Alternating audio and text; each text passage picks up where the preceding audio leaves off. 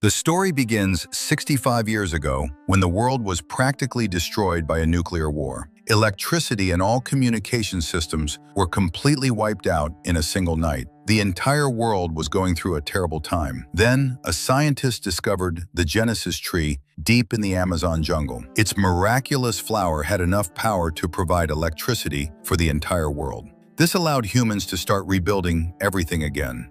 Following this invention, all Genesis trees were put under government control. After the nuclear war, 90% of children born started developing genetic issues. To solve this problem, scientists infused the flower's component into human DNA. Because of this, every person was born with some kind of power from the moment they were in their mother's womb. Some might have incredibly enhanced hearing, while others had exceptional eyesight. People born with these powers were called genetics, and they lived like royalty in this new world. However, roughly 10% of the population had a slightly weaker immune system, and their bodies completely rejected the flower's infusion. These people were called specials, and they were only given menial jobs like cleaning and maintenance. We now see Chloe at the Genesis Institute. She is there as a student on a class trip, and her wheelchair-using partner, Leon, is there undercover as a cleaner. The moment everyone is distracted, Leon uses a device to open a locked door and sneaks into a private area.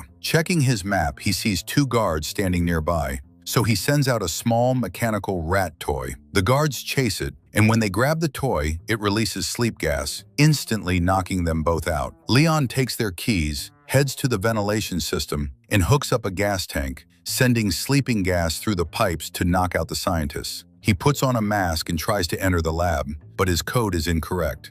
He calls Chloe and tells her to get the right code. In the main lobby, Chloe overhears some boys talking trash about the specials, saying they should be killed. Chloe starts an argument with them, and the other students begin cheering.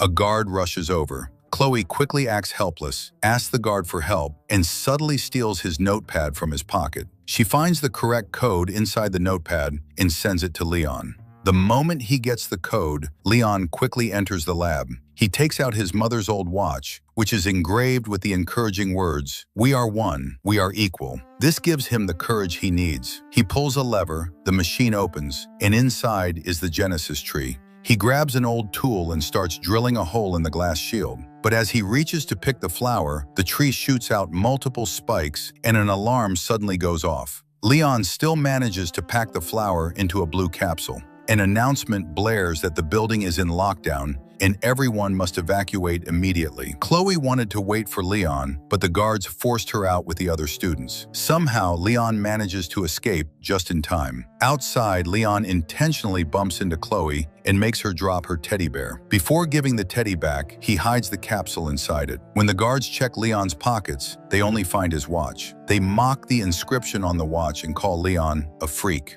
One man is carefully checking all the students, but he doesn't think to look inside the teddy bear for the flower. A little later, Chloe and Leon are watching the news on a big screen on the street. Senator Frank is asking the people, "Why only before birth? Can't we use the flower to enhance people after they are born?" Then the famous singer Mira shows up. She announces a free tour of the special district, where the unpowered people live, to encourage everyone to unite.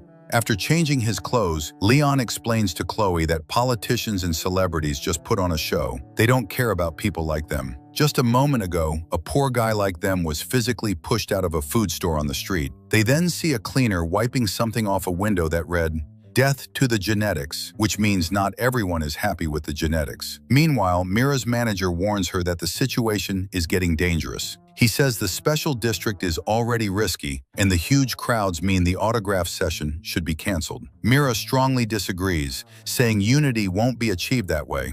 She insists she must face the people and make them feel connected to her. She refuses to cancel the event. As Chloe and Leon head home, guards check their IDs at the gate of the special district. While Leon is out shopping, Chloe watches Frank's interview on TV. Frank is now claiming he developed a medicine that will allow the 10% without powers to feel that strength too, suggesting they can be made like everyone else. Chloe is happy to hear this, but Leon immediately calls it a lie. They go back to their home, which is a small workshop. Chloe grows plants, and Leon builds devices. Leon extracts the power-infused parts of the flowers to create special prosthetics for disabled people so they can lead normal lives. They make a living from client payments. After finishing a client job, a man from the genetic district calls, needing a repair. Chloe refuses, saying they don't do house calls and the client must come to the shop. But when Leon hears the man will pay triple the usual price, he agrees to go.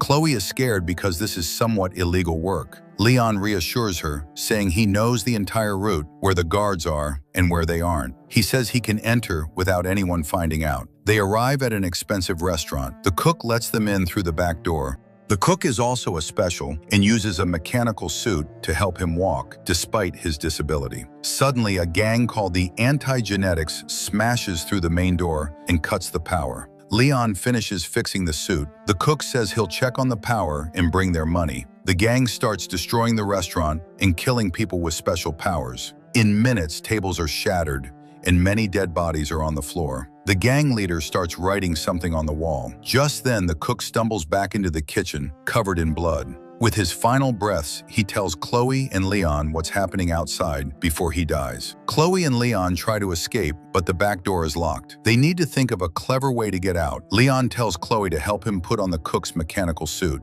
A few minutes later, two gang members walk into the kitchen. They only see the dead cook because Chloe and Leon are hidden. They talk while writing on the wall, mentioning a small show tomorrow and a big operation the day after. One goon tries to suggest an idea, but the boss threatens him with a knife, warning him not to change the plan. One man drops a piece of paper, and Chloe picks it up. Police sirens are heard, and the goons leave. Suddenly, Leon's suit malfunctions. The suit forces him to stand up and throws him onto the counter. When the two men come back, Leon fights them using pots and hot water. During the fight, the boss's mask gets ripped off, revealing his face. The goons pin Leon to the counter, but Chloe jumps in to save him. Leon throws flour at the attackers and quickly plans to escape. He starts running towards the exit with Chloe. Using the suit's power, Leon breaks the door open, and they both get out. Outside, Leon finds it very hard to walk in the suit. Chloe helps him and guides him into an alley. Police cars drive past but don't see them. Chloe figures out that the suit's leg is cracked, so she helps Leon limp all the way back home. The next day, reporters cover the entire case, and a photo from the security cameras shows both Leon and Chloe. The media starts spreading rumors that they might be part of the gang. All their information is retrieved to be sent to the police. Captain Hodges of the Special Forces says that the unpowered people's area has become a nest of crime, and they will soon raid the special district. Leon and Chloe are terrified because they recognized Hodges. He is the same gang leader whose face they saw during the fight yesterday. Chloe opens the paper and realizes it's a flyer for Mira's concert, with a small map drawn on it. They understand that the gang plans to attack the concert and that people like them will be blamed for it. Leon starts fearfully packing his stuff, wanting them to leave the city, but Chloe insists they must save people. She says they are the only two who know where the attack will happen. A lot of innocent people will die there, she cries. Can we let that happen? Leon snaps back, asking what a man whose lower body doesn't work and a 12-year-old girl can possibly achieve. Hearing this, Chloe bursts into tears. She calls him selfish and runs away. Leon can't stop her. A flashback shows a young Leon sneaking into his father's office to look at his file. He discovered he was a special. The moment his father found out his son was a special, he restrained him right there. Remembering all this and looking at his mother's watch, Leon decides he has to do something. A few hours later, Chloe returns and sees Leon fixing the suit. She helps him put the suit on. Leon moves his arms and legs and says he will capture Hodges and force him to confess his crimes. Leon uses junk to make weapons for himself and shows his strength by bending iron. Chloe notices some special wires inside the suit and quickly runs off to mix a chemical to activate the suit's weapons. At that moment, Mira is giving a concert in the special district. The crowd is going completely wild, pushing the fences. Security is barely holding them back. After the concert, as Mira is about to get on the bus, the guards kill her security detail and her manager. Rebels arrive in a truck and start writing their message on the walls. Hodges threatens Mira, telling her to come with them quietly. Just then, Leon arrives, wearing his mask and suit. He jumps down from the balcony and immediately attacks. But because of Chloe's chemicals, plants start growing all over the suit. The goons laugh, but Leon uses the plants. One man collapses from gas, another gets tangled in vines. Chloe, driving a stolen car, calls out to Mira. Leon is fighting Hodges and his crew. Leon lands good punches at first, but then the whole gang surrounds him and knocks him down. Chloe rams her car into one of the men. Leon seizes the chance to get into the car, but Mira is screaming. There's no time to explain, so Chloe speeds away, taking everyone to safety. They quickly get home and lock the doors. Outside, the gang members are searching for them. On TV, reporters say Mira was almost kidnapped, but was saved by an unknown hero. Mira sees that Leon is injured. She quickly cleans and bandages his wounds, mentioning she originally wanted to be a doctor. Chloe draws a picture of Leon as a flower hero, which Leon hates, but Mira says she loves it. Leon tells Mira the truth about Hodges. Mira says she needs to go home as soon as possible because she has an event with Frank at the family center tomorrow. Leon suspects that the anti-genetics gang will target Frank next, as they attacked Mira today. This gang is against any genetic enhancements after birth, believing people should stay as they were born. Mira wants to warn the police, but Leon stops her, reminding her that Hodges is a police commander. They decide to make a new plan. The next day, Mira and Leon go to the family planning center. They pretend to be a newly married couple planning to have children. Since Mira is famous, she tells the doctor she hasn't announced her husband to the media to protect her family. Leon manages to convince the doctor to give them a tour of the facility. During the tour, Leon suddenly steals a key. He then distracts the staff by saying Mira will perform for everyone, gathering them into one room. Suddenly, the anti-genetics gang shows up. Leon fights them in the lobby. When the goons jump him, Leon throws gas bombs that melt their masks. Leon fights well at first, but they are too many.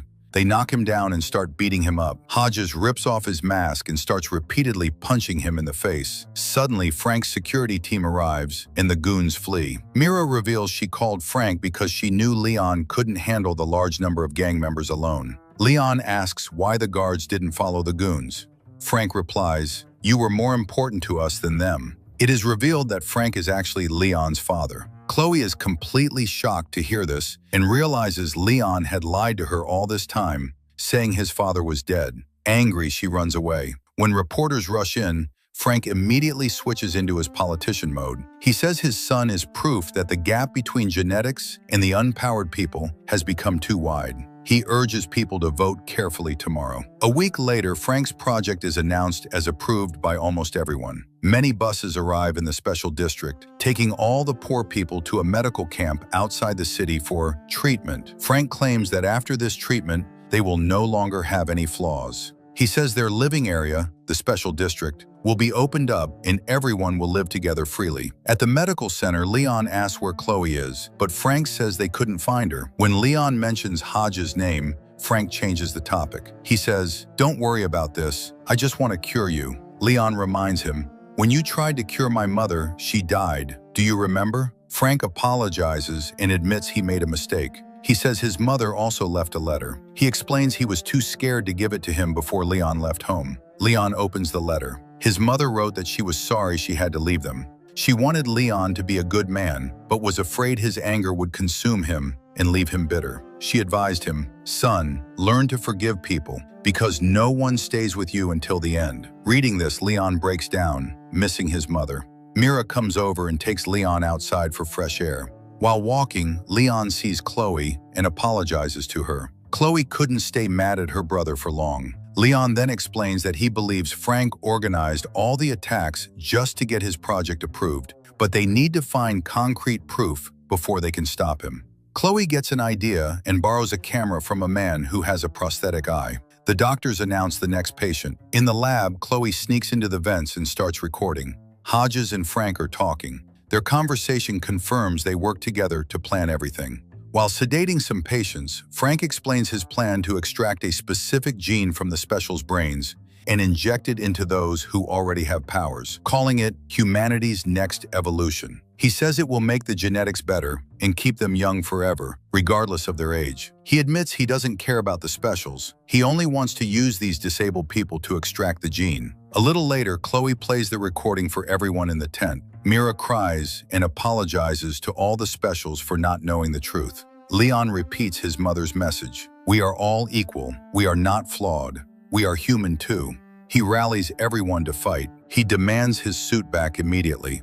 Chloe tells him she already stole the keys to the storage. The next day, Frank and some nurses enter Leon's room to start his treatment. Leon is wearing his suit under the sheet. He immediately grabs his father and snatches the injection from the nurses. Frank pleads, "I did all this for you, son.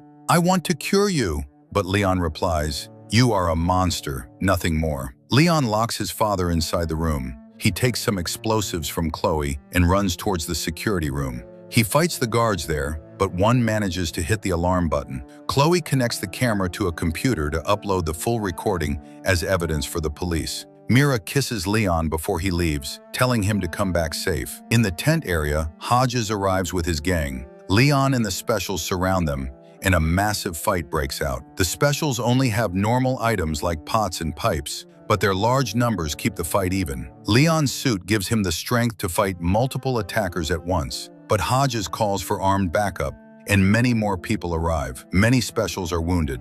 Leon is fighting Hodges one-on-one.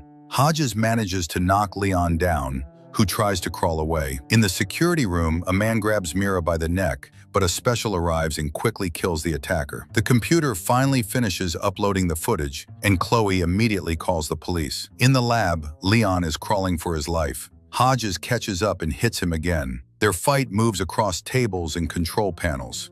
Leon opens the Genesis tree machine and throws something, cracking the glass shield. After this, Hodges grabs Leon, hits him again, and throws him onto the machines, shattering the entire glass. Hodges is about to kill him, but Leon suddenly pulls a flower. He knew that breaking the flower causes the tree to shoot spikes. The spikes pierce Hodges' face, and he collapses. The police arrive and arrest all of Frank's people, finding plenty of evidence.